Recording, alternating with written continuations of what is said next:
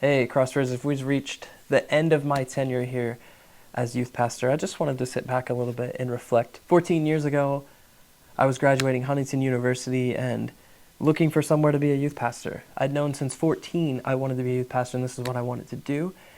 And I actually had a job offer almost 3 hours away that I had accepted. And I was looking to just get out of Fort Wayne. I didn't want to be here. I'd been around Fort Wayne almost my whole life. And in the midst of that process, Crossbridge approaches me, and I gave them the courtesy interview because Courtney really wanted to stay in Fort Wayne, and they gave me a courtesy interview because I married Barbara and Brad's daughter. And after that interview, I knew immediately that this is where I wanted to be, and it's been an incredible 14 years. When I first started here, it was rough. I had no clue what I was doing. I was absolutely terrified, and I was so scared that I was unable to move. But there was a conversation I had with Dan and Bruce, and they pulled me aside.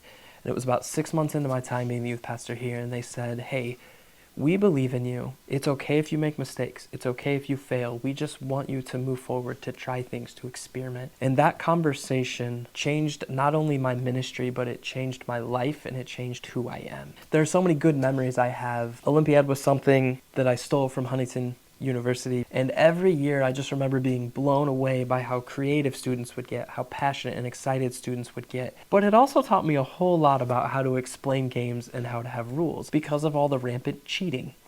And you know who you are, and you cheated every single year at every single Olympiad game. But it was such a fun time for me, and it really turned into a moment for us to connect every year. The trips were always incredible, and I'm so humbled and blown away by how many students allowed me to have late night conversations with them, how they opened up about what was really going on in their life and how many hard things they're dealing with.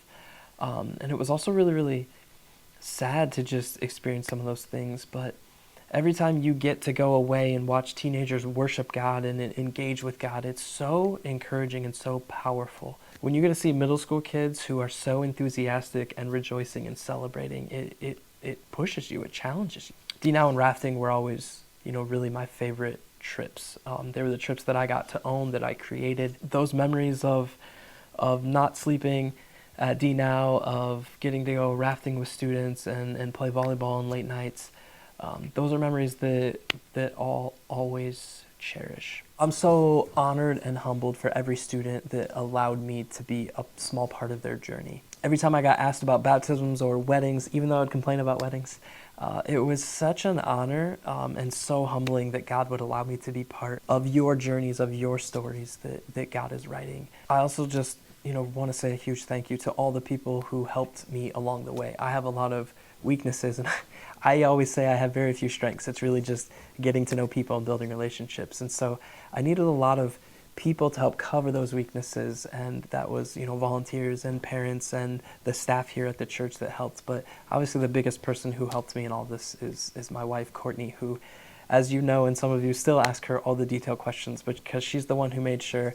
all the details were covered at events and that everyone was safe and that we were thinking through things. I would not have been successful, in the ministry here at Crossbridge would not have been what it has been able to be without Courtney's, love and support and commitment. I am a different person now, obviously, than I was back then, but so much of that is due to the way the church has helped me grow. Crossbridge has helped me become a better person, a better man, a better pastor, a better leader. It's helped me in so many ways, and I just can't say thank you enough to the grace I was given when I failed. And above all else, I feel like I was able to have success and be here so long because I was fully accepted for being me. I never thought I would be allowed to dye my hair and to wear green and to wear mirror shirts, but Crossbridge has allowed me, and I think even beyond just allowed me to do it, embraced me for who I am. And I just can't thank all of you who have accepted me enough.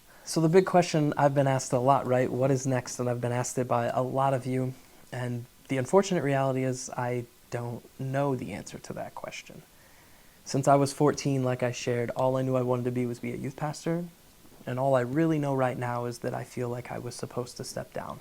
My plan is really to just take some time to refresh and reflect, to figure out what is next. I will still be around. I'll be volunteering this fall, doing some of the video stuff that I've already been doing, telling stories, sharing music, but I don't know long term what that means. Maybe I'll be around forever. Maybe God will lead me somewhere else. But for now, my plan is to be here, to be around, take on some different roles and responsibilities as a volunteer. And I really do feel privileged, and I can't, like I said, say thank you enough. I've made so many friends here at Crossbridge, former students, parents. I love the connections that I've made. I've been so loved and supported, and I really just want to say thank you. I love you all, and I'm really excited for what's next for Crossbridge, for me, for the youth ministry, and I can't wait to see where God leads us.